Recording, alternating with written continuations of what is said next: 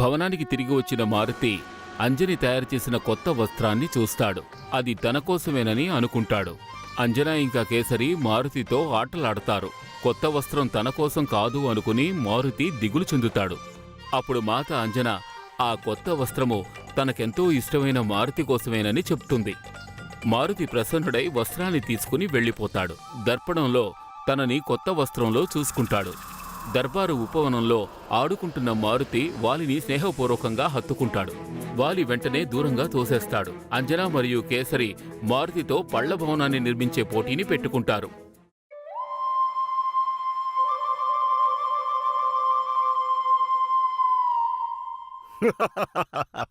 చూసారా, నేను గెలిచాను.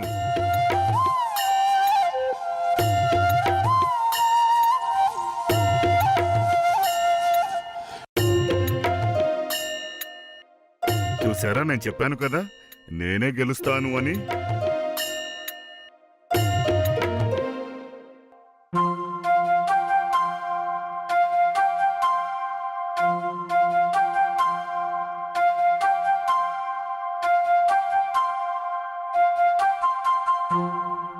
అమ్మా,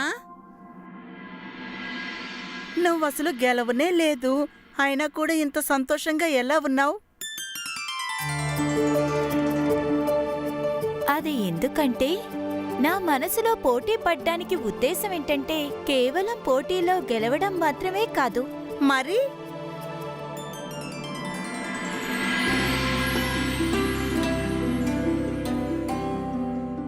ఈ పోటీలో పాల్గొనడం వల్ల నాకు నా వాళ్లతో పాటు కొంత సమయం గడిపే అవకాశం దొరికింది. ఇంకా ఆ కారణం వల్లే నాకు ఎంత సంతోషంగా ఉంది. అయితే అమ్మా, పోటీలో గెలవడం అవసరం కాదంటావా? పోటీలో గెలవడం అన్నది ఎంతో అవసరం కుమారా, కానీ దానికంటే ఎంతో ముఖ్యమైనది పోటీలో మనము సర్వశ్రేష్టముగా పాల్గొనడం అనేది ఎంతో ముఖ్యమైనది. దానికోసం మనము పూర్తిగా ప్రయత్నించాలి. ఆ తర్వాత ఆ పోటీలో గెలిస్తే అది ఉత్తమం. కానీ ఏదో కారణం వల్ల ఓటమిని మనం ఎదుర్కోవాల్సొస్తే మన ధైర్యాన్ని కోల్పోకూడదు.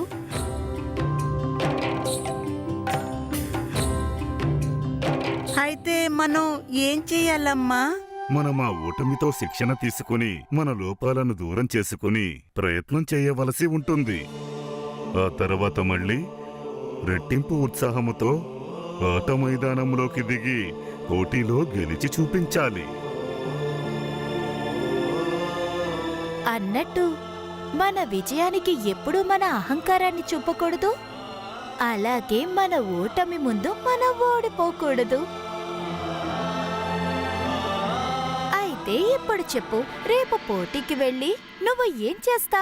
మారుతూ రేపు పోటీలో సర్వశ్రేష్టమైన ప్రదర్శననిస్తాడు, అలాగే ఆటని ఆస్వాదిస్తాడు కూడా.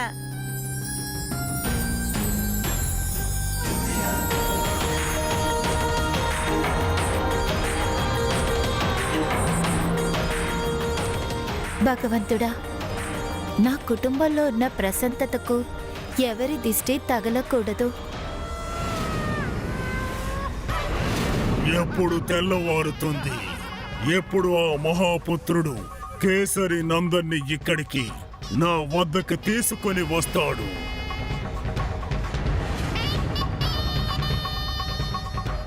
రా కేసరి నందనా, నా ఆనందధనం. ఓం భూర్భువస్వః తత్సవితుర్వరేణ్యం భర్గో దేవస్య ధీమహి ధియో యో న ప్రచోదయాత్.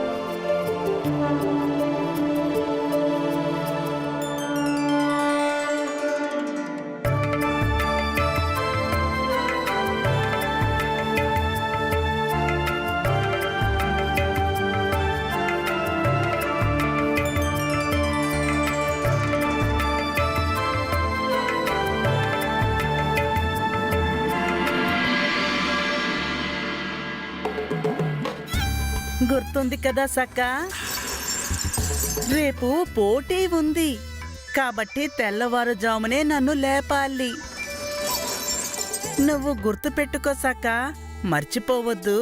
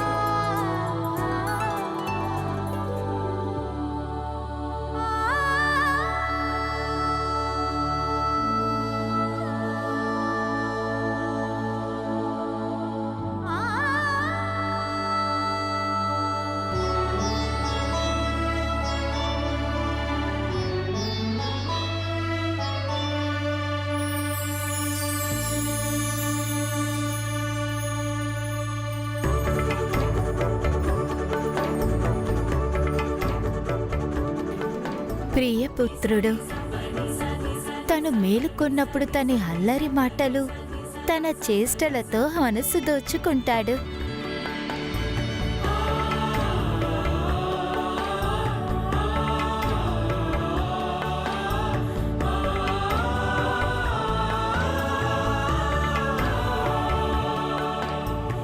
అమ్మా రామ్,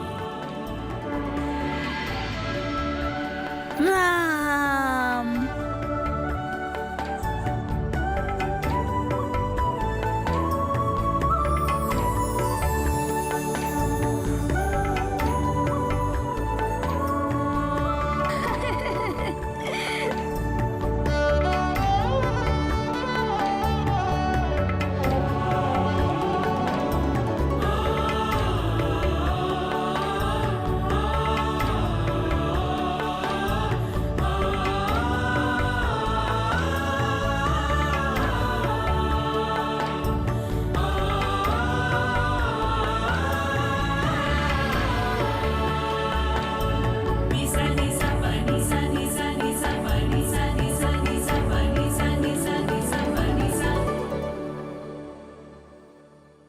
ఇప్పుడు నిద్రాదేవి ఒడిలో విశ్రమిస్తున్నప్పుడు తన అందమైన చిరునవ్వుతో నా హృదయంలో శాంత సాగరంలో అలజడిని రేపుతున్నాడు.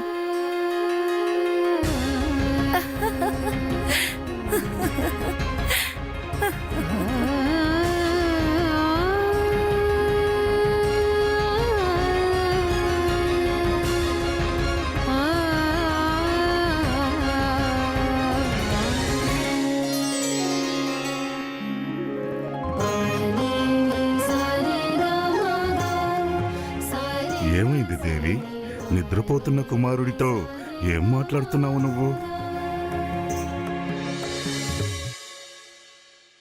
మేలుకుని ఉన్నప్పుడు వీడి చేసే అల్లరి కారణంగా వాణ్ణి ప్రశాంతంగా చూడలేకపోతున్నాను. కానీ నువ్వే కదా నాకు చెబుతూ ఉంటావు, మనం నిద్రపోయే సంతానాన్ని చూస్తూ ఉంటే తల్లిదండ్రుల దిష్టి తగులుతుందని భయం ఉంటుందని. కానీ నేను సరే సరే, ఇక నువ్వు కూడా పడుకో, లేకపోతే నేను కూడా నీకు ప్రేమగా జోలపాట పాడి పడుకోబెట్టాల్సి ఉంటుంది.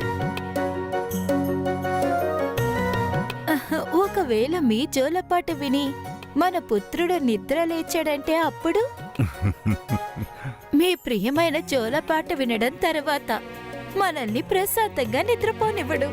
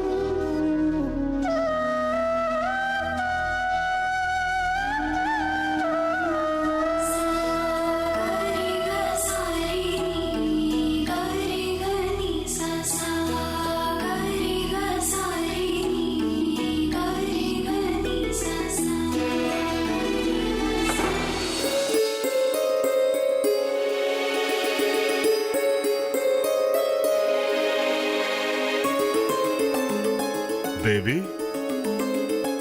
అంజనా, ఈ విచిత్రమైన ధ్వని ఏంటి? అంజనా కూడా ఇక్కడ లేదు. ఎక్కడికి వెళ్ళింది?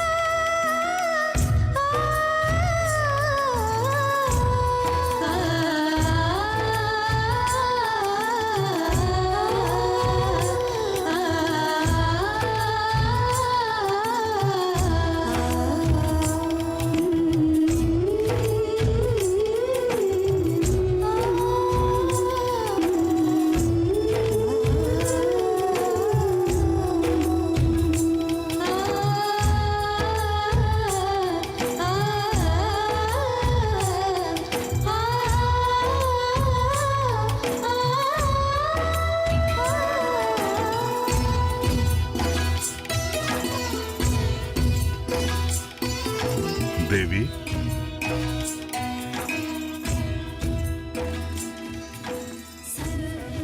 అర్ధరాత్రి వేళ అంత ముఖ్యమైన పని ఏమొచ్చింది దేవి? మా తండ్రి కొడుకులను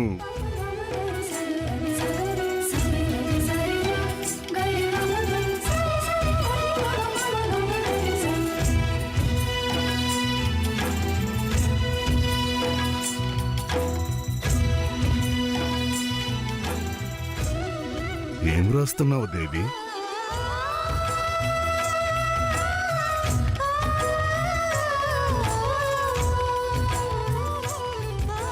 ఇవి నా కోరికల చిట్టాల స్వామి. నేను మన పుత్రుడి యొక్క ఉజ్వల భవిష్యత్తు గురించి ఆలోచించినవి. మన పుత్రుడు ఆ భగవంతుడు శివుడి వరంతో మనకు లభించాడు. మారుతి చేసే చమత్కారాలకు మనతో పాటు సమస్త సుమేరు వాసులందరూ సాక్షులే. తన ఉజ్వల భవిష్యత్తు గురించి నీకు సందేహం ఉందా దేవి? లేదు ప్రభు, నాకు నా పుత్రుడి భవిష్యత్తు గురించి ఎలాంటి సందేహం లేదు.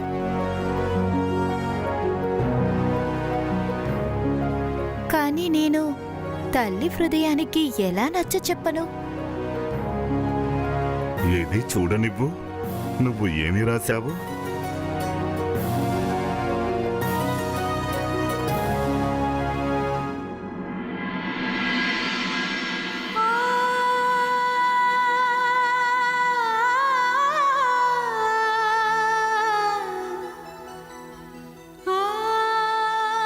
మారుతికి వీలైనంత త్వరగా అన్నప్రాసన చెయ్యాలి. అప్పుడు తనకెంతో ఇష్టమైన పండుని తనకి తినిపించాలి.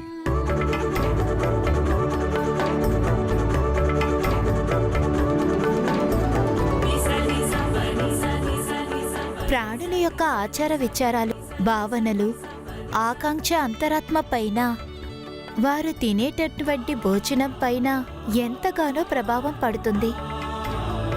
అందుకని సంపూర్ణ విధి విధానాలతో అన్నప్రాసన సంస్కారం చేయడం వల్ల మన పుత్రుడు నోటిలోకి వెళ్ళేటువంటి ప్రతి ఆహార పదార్థము పరిశ్రమతో కూడుకుని ప్రేమతో వండటం జరుగుతుంది. దానితో పాటు భగవంతుడి ఆశీర్వాదం కూడా పరిపూర్ణమవుతుంది. మారుతి పట్ల నీకున్న కోరికలు ప్రశంసనీయమైనవి. కానీ వీటన్నిటి మధ్యలోనూ ఈ పండు ఎక్కడి నుంచి వచ్చింది? మీకు గుర్తులేదా స్వామి? జన్మించిన 2వ రోజే మారుతి మామిడి పండు చూసి ఎంత ఆతృత చెందాడు.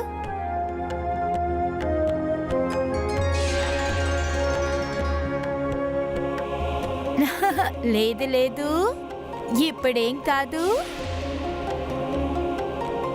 నిజం చెప్పావు దేవి. కానీ నేను మారుతిని తనకిష్టమైన పండు తినకుండా ఎప్పుడు ఆపినా సరే నా మనసెంతో బాధపడుతుంది.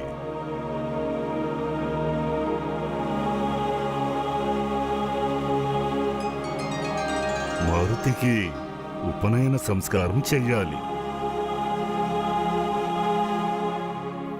ఆ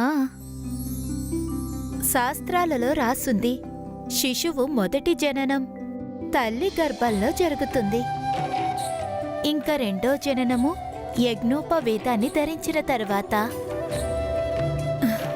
తల్లి గర్భంలో జన్మించిన తర్వాత పూర్వజన్మలో సంస్కారాలు ఇంకా మిగిలే ఉంటాయి. యజ్ఞోపవేద సంస్కారము శిశువు ఒక మంచి సంస్కారాన్ని మెరుగుపరచటానికి సహాయపడుతుంది. ఇంక ఇది సంతానానికి ఎంతో శుభకరమవుతుంది. యజ్ఞోపవేద సంస్కారం తర్వాతనే సంతానం శిక్షణ పొందటానికి యోగ్యులవుతారు.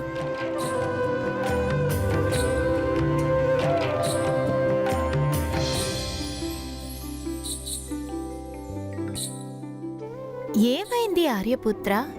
ఏం ఆలోచిస్తున్నారు? నేను ఏం ఆలోచిస్తున్నానంటే, తండ్రినైనప్పటికీ నేను నా పుత్రుడి గురించి ఇవన్నీ ఎందుకు ఆలోచించలేకపోయాను?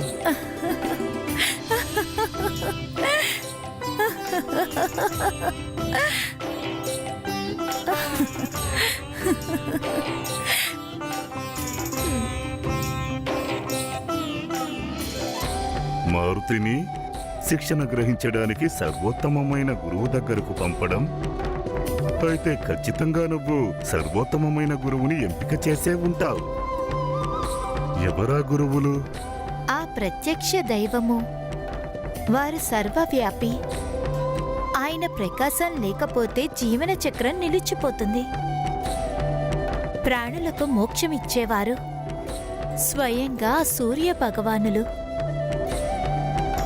వారికంటే ఉత్తమ గురువులు మన పుత్రుడికి ఇంకెవరవుతారు? అతి సుందరం దేవి. ఈ కారణంగానే శివుడు తన అంశాన్ని నీ గర్భంలో జన్మింపజేశాడు. నాకు నీ మీద గర్వంగా ఉంది దేవి. నేను ఈ ప్రశంసలకి యోగ్యురాలని కాదు ప్రభు. పరమేశ్వరుడు మారుతికి తల్లినయ్యే సౌభాగ్యం నాకు ఇస్తే, వారు కూడా మీకు మారుతికి తండ్రి అయ్యే అధికారం ఇచ్చారు. అదైతే నిజమే.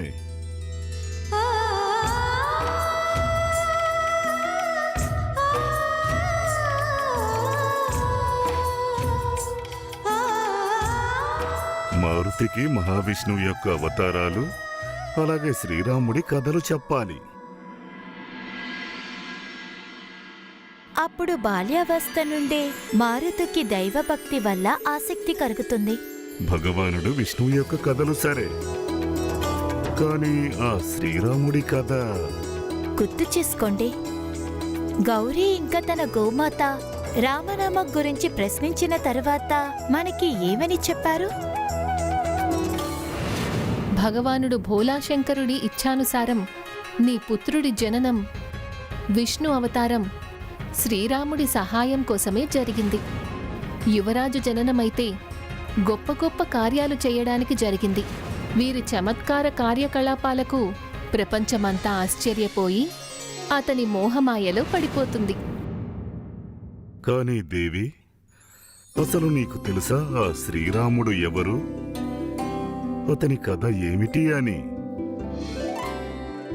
మన పుత్రుడి యొక్క ఉజ్వలమైన మంగళ భవిష్యత్తు కోసం మనం ఈ ప్రశ్నకు సమాధానం వెతకాలి. శ్రీరాముడు ఎవరు? రాముడు ఎక్కడున్నాడు? రాముడు ఎక్కడున్నాడు? రాముడు ఎక్కడున్నాడు?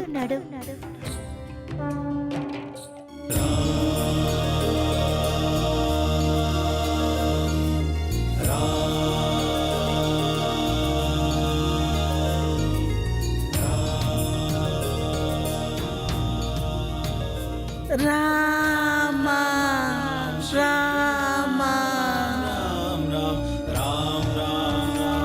రామా.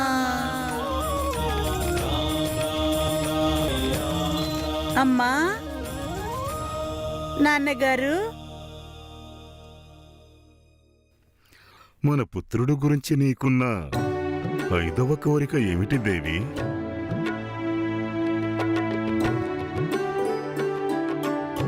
అలా ఏమి చూస్తున్నావు దేవి?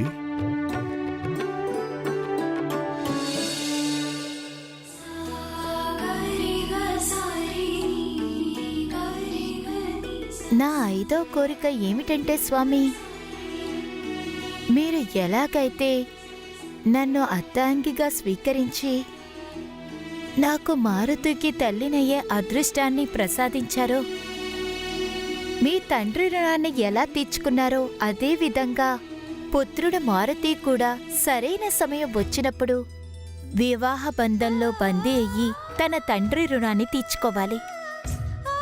మన వంశవృక్షాన్ని ముందుకు తీసుకువెళ్ళాలి.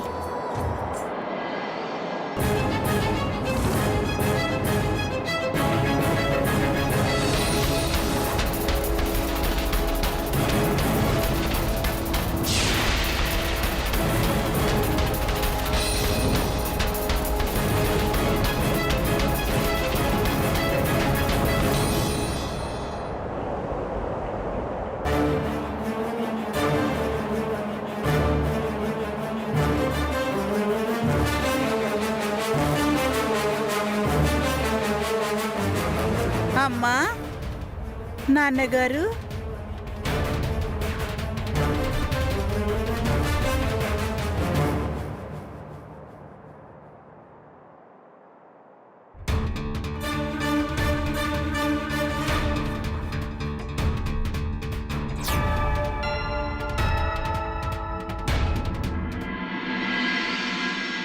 మారుతి మీకోసం అన్ని చోట్ల వెతికాడు. కానీ మీరు ఇక్కడున్నారా స్వామివారి సన్నిధిలో? ఇప్పుడు వారు విశ్రాంతి తీసుకునే సమయం. మీరిప్పుడు ఇలా మాట్లాడుకోవడం వల్ల వారి నిద్రకి భంగం కలిగే అవకాశం ఉంది.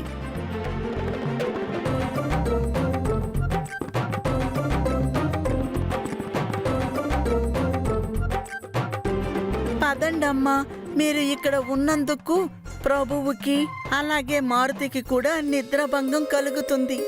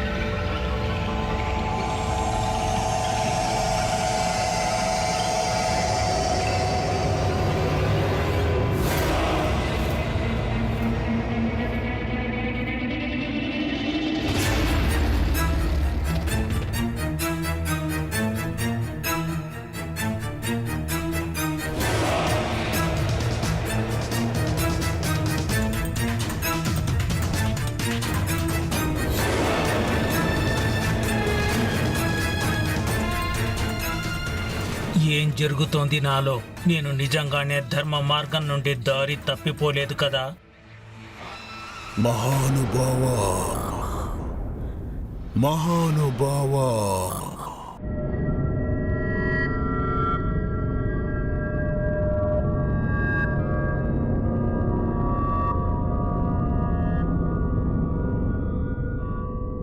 మహానుభావుడైన వాలికి ధర్మం, సన్మార్గం, దుర్భర ఆలోచనలు సత్యం లాంటివి శోభనివ్వవు.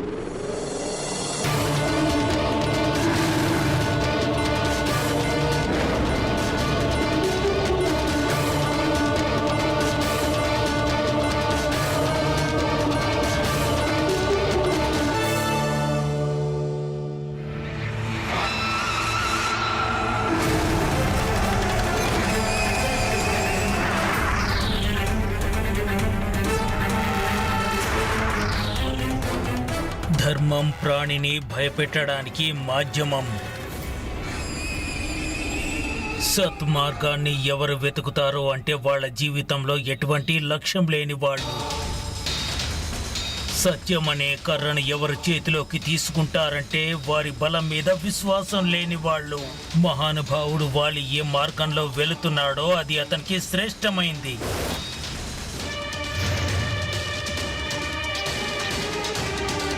కానీ ఒకవేళ నిజంగా మర్కట్ జననం బోళాశంకరుడి కృపతో ఒక ప్రత్యేకమైన విశేషం కోసం జరిగితే,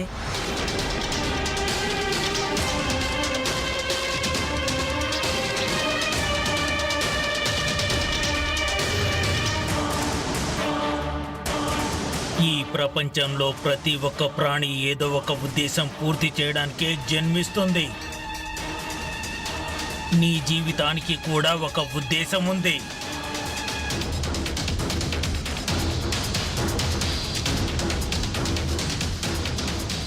ఈ మహానుభావుడు వాలి తన ఉద్దేశాన్ని మరచిపోయాడా?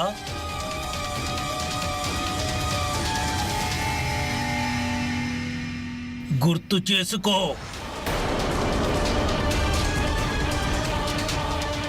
మహానుభావుడు వాలి జీవితానికి ఉద్దేశమేమిటి? గుర్తు చేసుకో, గుర్తు తెచ్చుకో.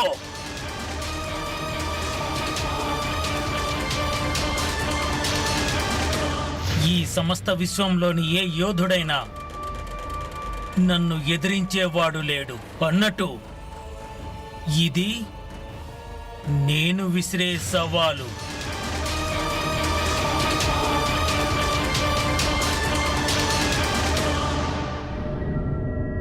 ఏంటి, ఏవైనా గుర్తుకొచ్చిందా?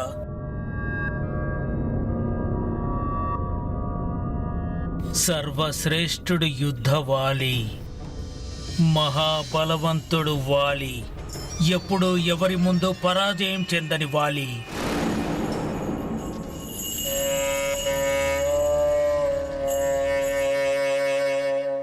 అయితే నీ దుర్బలమైన ఆలోచనలని ఇప్పుడే త్యజించు. మహానుభావుడు కావాలన్న నీ లక్ష్యాన్ని పూర్తి చేసుకో. మరి పద, ముందుకు సాగు. నీ దారి కట్టొస్తున్న ప్రతి సమస్యని అడ్డు తొలగించుకో. నేను మహానుభావుడిని, నేను మహాబలవంతుణ్ణి, అలాగే నేను మహాబలవంతుడిగా ఉంటాను. ఈ ప్రపంచమంతా నన్ను ఈ పేరుతోనే తెలుసుకుంటుంది. నేను మహానుభావుణ్ణి, మహాబలవంతుణ్ణి, వాలిని.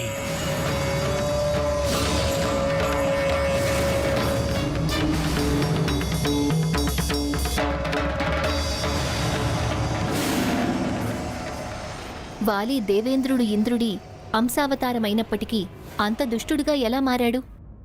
కిష్కింద నరేషుడు వృక్షరాజుతో వాలికి సుగ్రీవుడికి ఏంటి సంబంధం? వారిద్దరూ సోదరులు ఎలా అయ్యారు? కిష్కింద నరేషుడు వృక్షరాజుతో వాలి ఇంకా సుగ్రీవునికి సంబంధం ఎంత విచిత్రమైనదంటే అంతే విచిత్రమైనది ఈ ఇద్దరి సోదరుల జన్మ కథ. వాస్తవానికి వృక్షరాజు బ్రహ్మదేవుని మానస పుత్రులలో ఒకడు. వివాహం జరిగిన ఎన్నో సంవత్సరాల పిదప కూడా వృక్షరాజుకి అలాగే వారి భార్య విరజాకి సంతాన సుఖం లభించనే లేదు. అప్పుడు శోకంతో ఉన్న వృక్షరాజుకి బ్రహ్మదేవుడు తన ద్వారా ప్రాప్తించిన ఒక అద్భుతమైన నది గురించి వివరించి చెబుతూ, అది హిమాలయాలకు ఉత్తరాన నా వరంతో లభించిన అద్భుతమైన నది ఉంది. ఆ నది ప్రత్యేకత ఏంటంటే అందులో ప్రతిబింబాన్ని చూసి ఏదైతే కోరుకుంటామో ఆ కోరిక తప్పకుండా ఆ క్షణమే నెరవేరుతుంది. కాని గుర్తుపెట్టుకో, ఆ జలాన్ని పొరపాటును కూడా స్పర్శించకూడదు. నాకు సూర్యదేవుడు, ఇంద్రదేవుడు వంటి పుత్రుల ప్రాప్తి లభించాలి.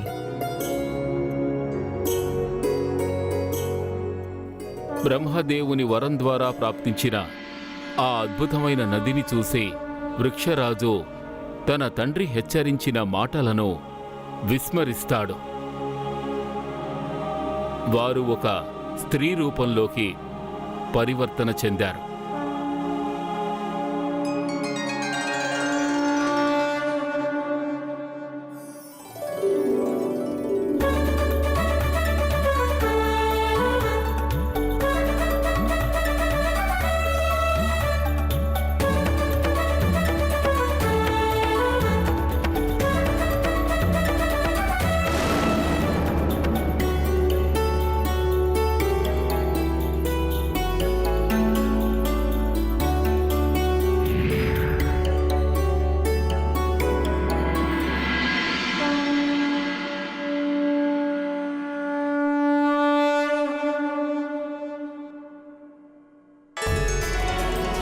నేను ఇంద్రదేవుణ్ణి. నది ద్వారా లభించిన వరంతో నేను నీ కోరికను తీర్చడానికి వచ్చాను వృక్షరాజా. ప్రభు, నేను జీవితాంతం ఇలా నారీ రూపంలోనే జీవించాలా? వృక్షరాజా, నువ్వు నేను నిమిత్త మాత్రులం. ఇదంతా దైవలీల. ఇందులో ప్రతిదానికి సమాధానం ఉంది. చింతించవద్దు. నీ కోరిక తీరిన తర్వాత పౌర్ణమి రోజున ఈ నదిలోని నీళ్లని మరల తాకడం వల్ల నీకు మళ్ళీ నీ వాస్తవిక రూపం వస్తుంది. ఇక నువ్వు నీ చేతుల్ని ముందుకు చాపు.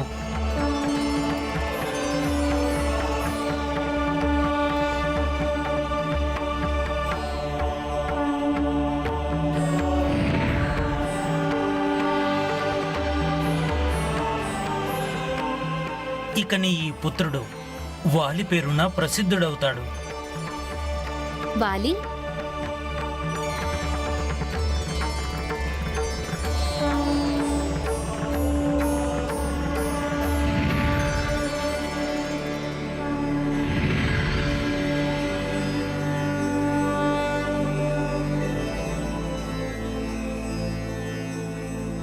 ఇప్పుడు నీ సగం కోరికే తీరింది. నేను సూర్య భగవానుణ్ణి.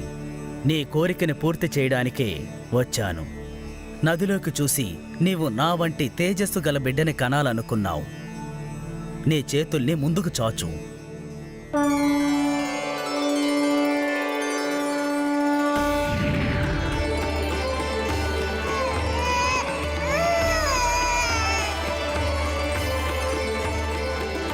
నీ ఈ పుత్రుడు సుగ్రీవుడు అనే పేరుతో ప్రసిద్ధి చెందుతాడు. సుగ్రీవుడు?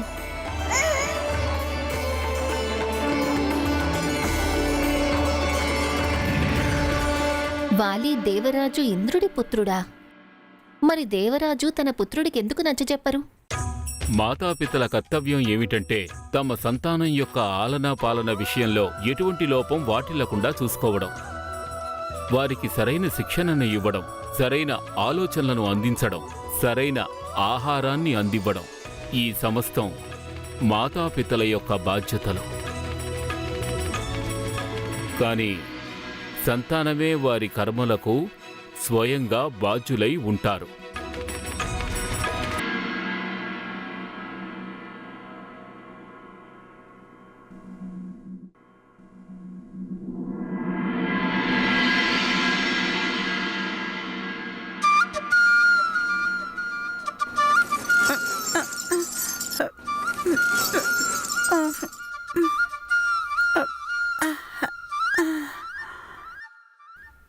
ఇవాళ పోటీ ఉంది కదా?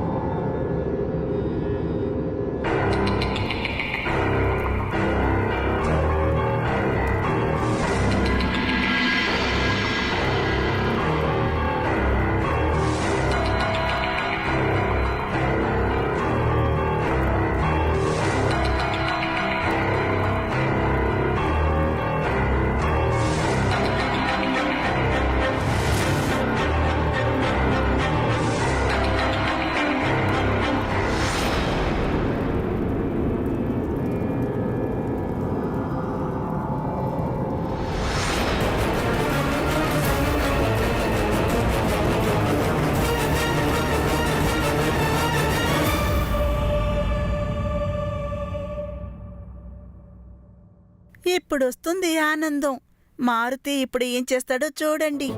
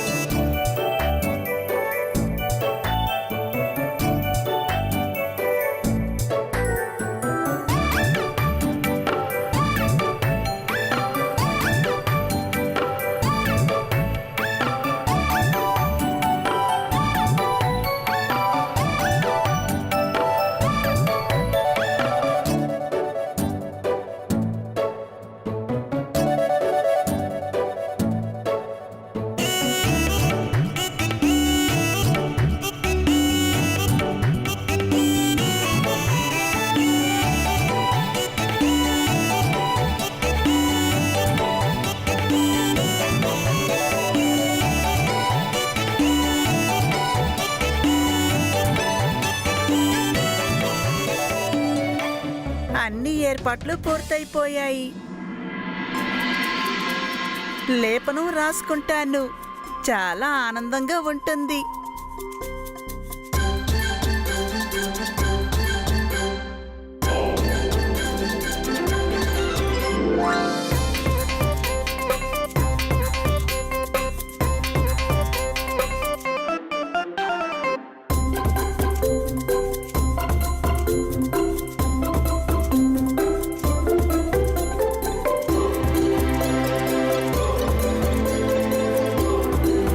అరే, ఇందులో అసలు నీళ్ళే లేవు.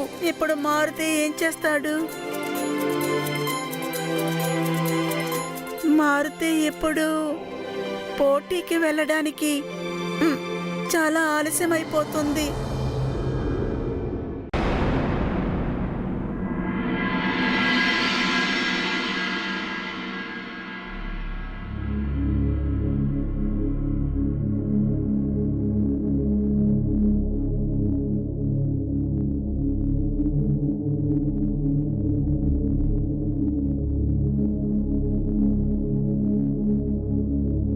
కుమారుడు మారుతి ఉదయాన్నే ఎక్కడికి వెళ్ళాడు?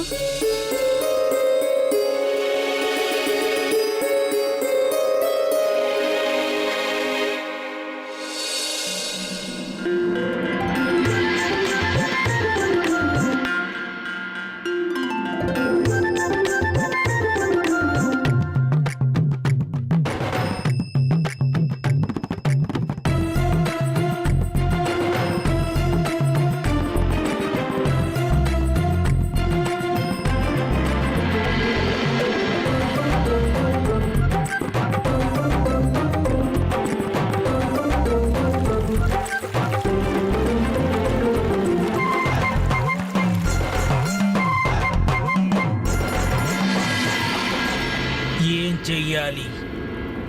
ఈ మహానుభావుడు వాలి ఉద్దేశం పూర్తి చేయడం కోసం ఏ శస్త్రం శ్రేష్టంగా ఉంటుంది?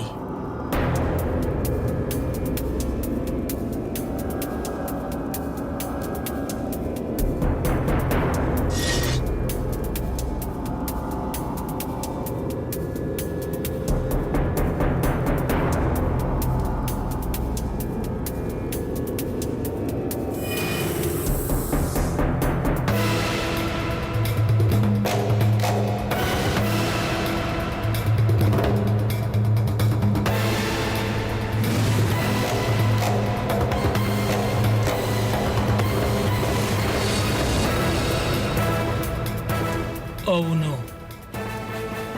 నాకు ఈ గద అయితేనే శ్రేష్టంగా ఉంటుంది.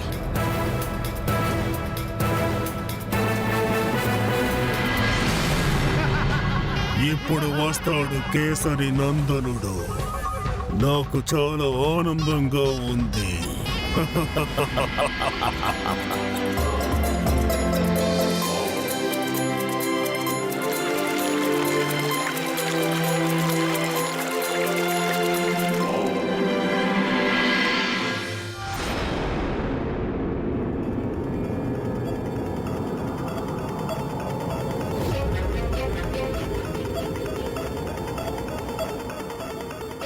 వాలి అన్నయ్య,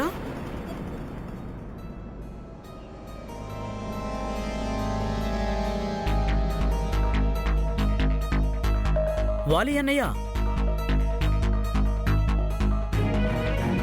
వాలి అన్నయ్య,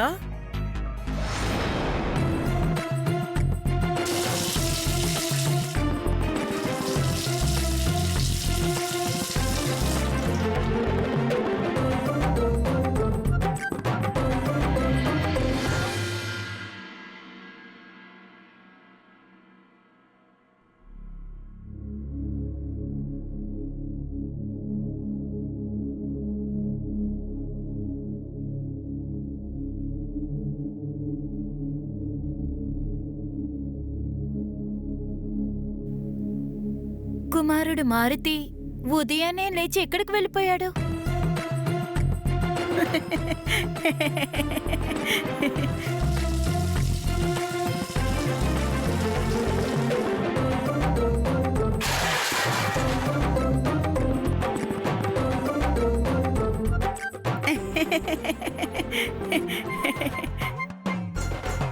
మారుతి నవ్వుతున్న శబ్దం స్నానాల గదిలోంచి వస్తుంది.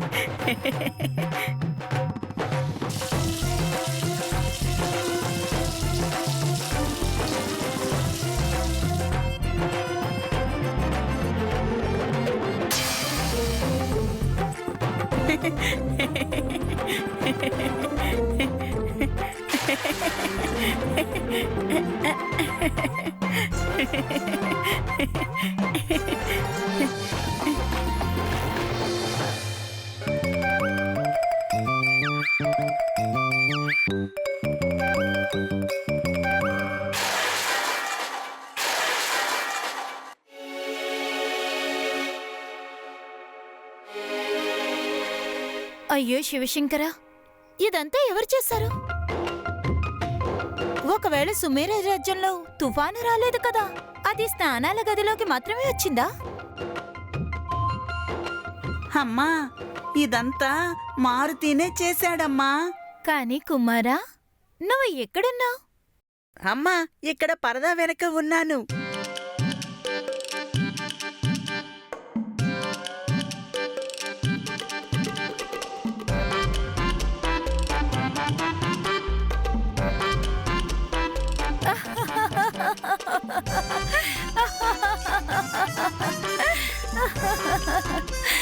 అరే, ఉదయాన్నే లేచి స్నానం కూడా చేసావా? కానీ ఇంత కంగారు దేనికి కుమారా? అమ్మా, నీ పుత్రుడు మారుతి పోటీ కోసమని బయలుదేరుతున్నాడు. కానీ అమ్మా, మారుతి దీనిని ఎందుకు వేసుకోలేకపోతున్నాడు?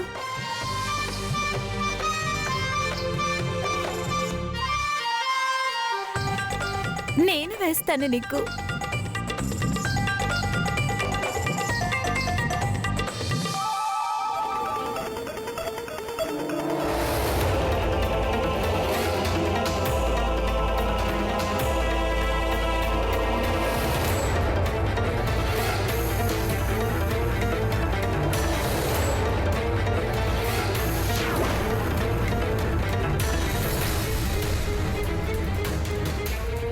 ఒకవేళ ఇవాళ పోటీలో ఆ మర్కట్ వృక్షాసురుడి దగ్గరికి చేరుకున్న తర్వాత కూడా తన దగ్గర నుంచి తప్పించుకుంటే, అప్పుడు మహానుభావుడినైన నేను నా ఈ గదతోటి సమస్త విధి విధానాలను పూర్తిగా మార్చివేస్తాను.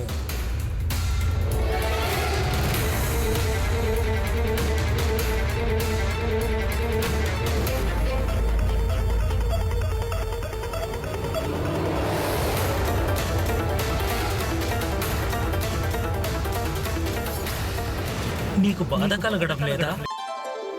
कर्पूरगारं करुणावतारं संसारसारं भुजगेन्द्रहारं सदा वसन्तं हृदयारविन्दे भावं भवानी सहितं नमामि.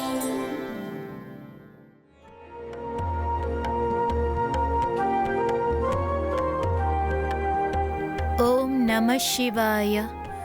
ఓం నమః శివాయ. ఓం నమః శివాయ. ఓం నమః శివాయ.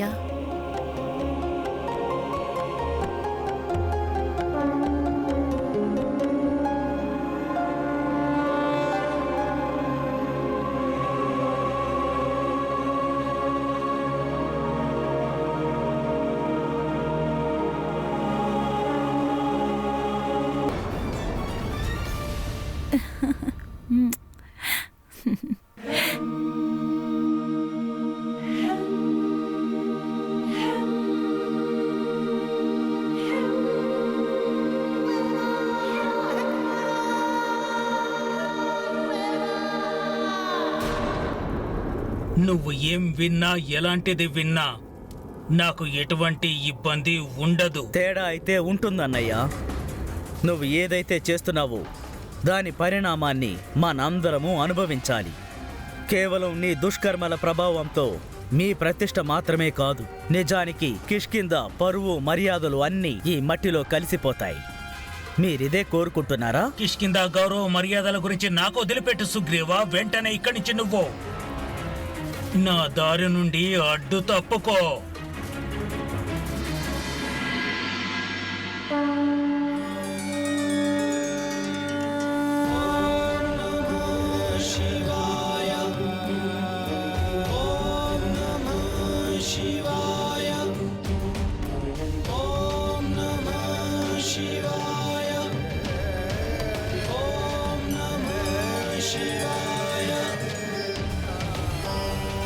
ఈవేళ నా పుత్రుడు విజయం సాధించాలి.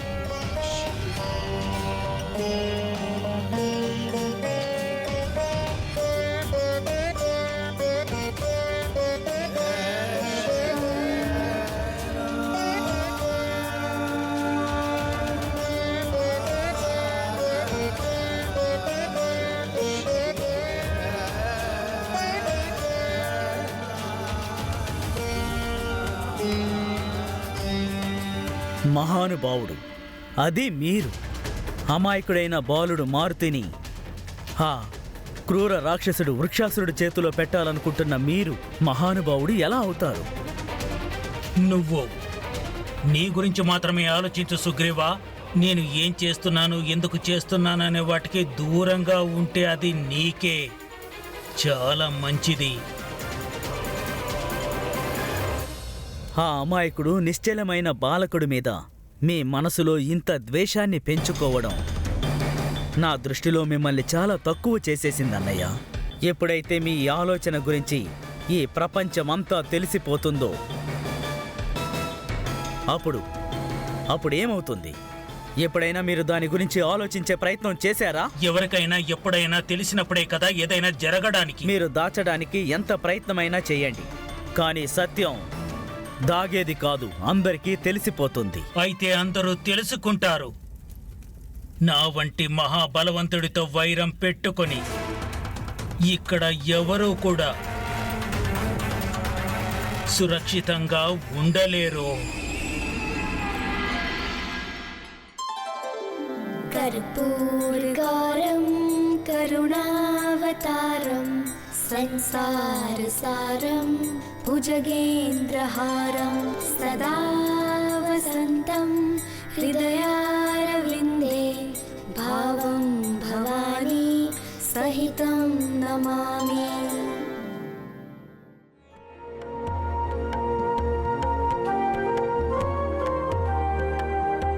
ఓం నమః శివాయ. ఓం నమః శివాయ. ఓం నమః శివాయ. ఓం నమః శివాయ.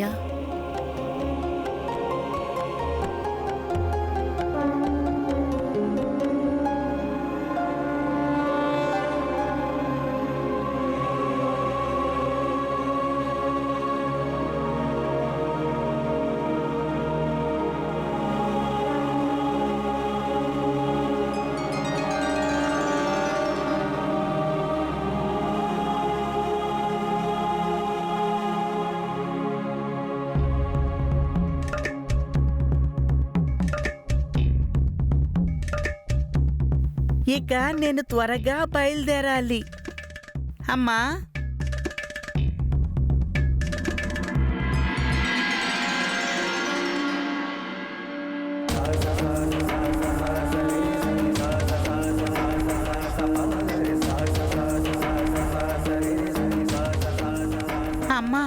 నేను పోటీ కోసం బయలుదేరుతున్నాను.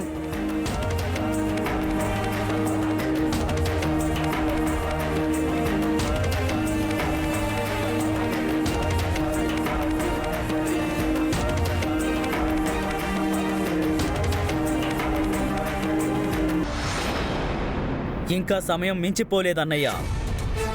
నువ్వు మహానుభావుడు అనుకోవడానికి ముందు నువ్వు చేసే కర్మలని గొప్పగా మార్చుకో.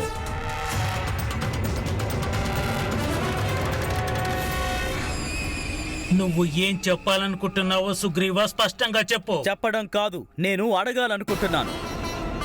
ఆ బాలకుడు మారుతి మీకు ఏం అన్యాయం చేశాడు? మీరు తన ప్రాణాలు తీయడం కోసం తన మిత్రుల ప్రాణాలను కూడా పణంగా పెడుతున్నారు. ఎందుకు?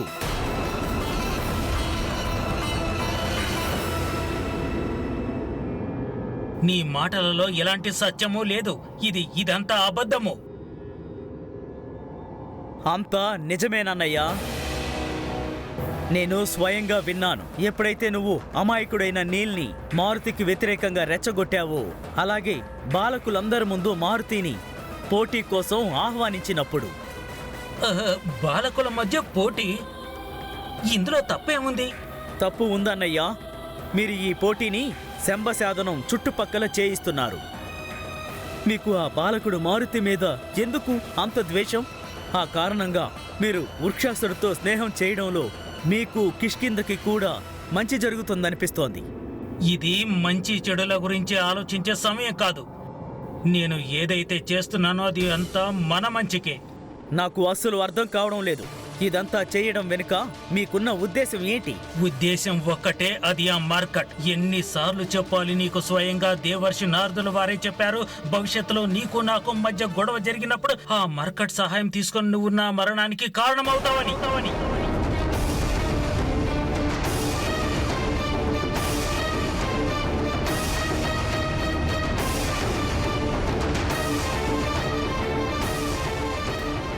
నేనెందుకు ఇలా మాట్లాడాను?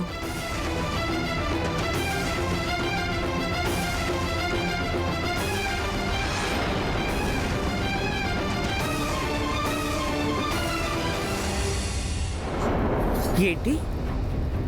దేవర్షి నారదులు వారు అలా చెప్పారా? మీరెందుకు మౌనంగా ఉన్నారో నాకు తెలుసు. ఈసారి మీరు నిజం చెప్తున్నారు. చెప్పండి, ఇంకా ఏమన్నారు నారదులు వారు? అవును, ఈసారి నేను నిజమే చెప్తున్నాను. ఒకవేళ నువ్వు పూర్తి నిజాన్ని తెలుసుకోవాలి అనుకుంటే విను. స్వయంగా దేవర్షి నారదుల వారు ఆ మర్కట్ గురించి నాతో చెబుతూ ఇలా అన్నారు, భవిష్యత్తులో నువ్వు నాకు వ్యతిరేకంగా ఆ మర్కట్ సహాయం తీసుకొని నా అంతానికి కారణమవుతావని. విన్నావా నువ్వు? ఆ మర్కట్ సహాయం తీసుకొని నా వంటి మహానుభావుడి వినాశనానికి కారణమవుతావు. ఇక ఇప్పుడు ఈ విషయాన్ని కూడా విను. నా వంటి మహానుభావుడు ఇలాంటిది ఎప్పటికీ జరగనివ్వను. అందుకనే మారుతి జననం అవ్వగానే మీరు నాకు అబద్ధం చెప్పి తనకి విరుద్ధంగా మారారా? మీకు మీ తమ్ముడి మీద అంత నమ్మకం లేదా? అవును, నాకు నీ మీద నమ్మకం లేదు. ఇక నీ మీద ఎవరు నమ్మకాన్ని ఉంచుతారో? నువ్వు ఇప్పటికే ఆ మర్కట్ని చాలా వెనకేసుకొస్తున్నావు.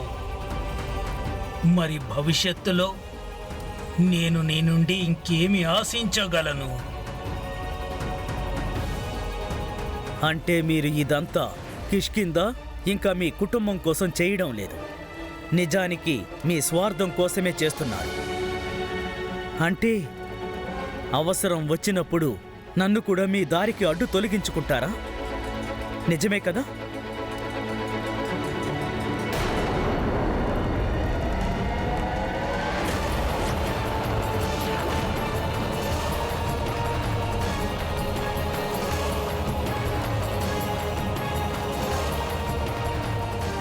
నువ్వు మాత్రమే కాదు, ఓ విధాత కూడా నా దారి కడ్డొచ్చే సాహసం చేశాడు అంటే నేను అతన్ని కూడా తప్పకుండా దారి తప్పిస్తాను.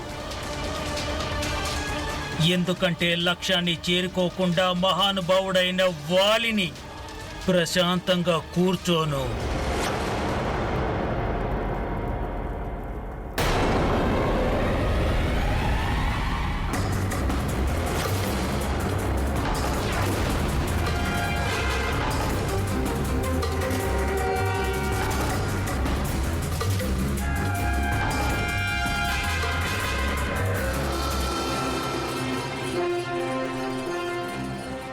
ఒక సోదరుడు సత్యానికి తోడుగా ఉన్నాడు, ఇక మరొకడు అసత్యం మీద ఆధారపడ్డాడు.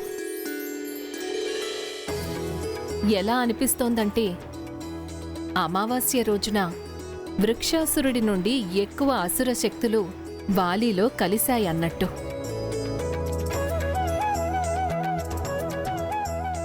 అవును దేవి, రాముడు రావణుడు బయట ఎక్కడో కాదు, ప్రతి ఒక్క ప్రాణి హృదయంలో నివసిస్తారు. సుగ్రీవుడు తన మదిలో ఉన్న రామనామాన్ని సార్థకం చేసుకుంటూ సత్యం మరియు ధర్మ మార్గం వైపు అడుగులు వేశాడు. అతడు తనతో పాటు వాలిని కూడా తీసుకొని వెళ్ళాలని ఎంతగానో ప్రయత్నం చేశాడు. కాని వాలికి మాత్రం రాముని మహిమ రుచించలేదు. అతడు రావణుని అసుర జ్ఞానాన్ని స్వీకరించడమే ఉచితమనుకున్నాడు.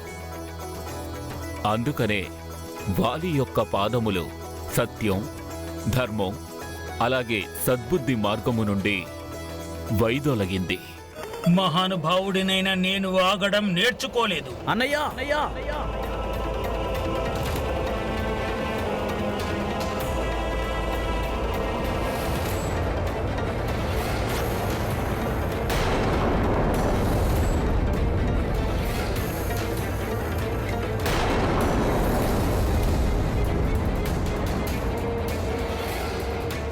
మీరు మీ హద్దులను దాటే ప్రయత్నం చెయ్యొద్దు.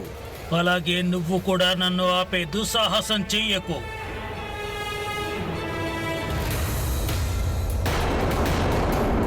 నేను చెప్పాను కదా నువ్వు నన్ను ఆపే దుస్సాహసం చెయ్యొద్దని.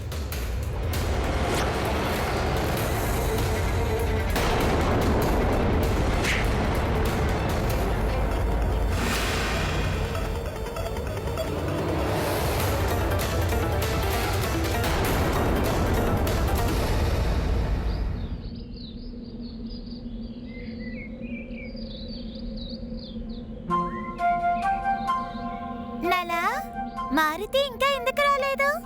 నేను కూడా అదే ఆలోచిస్తున్నాను మిత్రమా. నేను త్వరగా పాత పాఠశాలకు చేరుకోవాలి, లేదంటే ఆలస్యమైపోతుంది.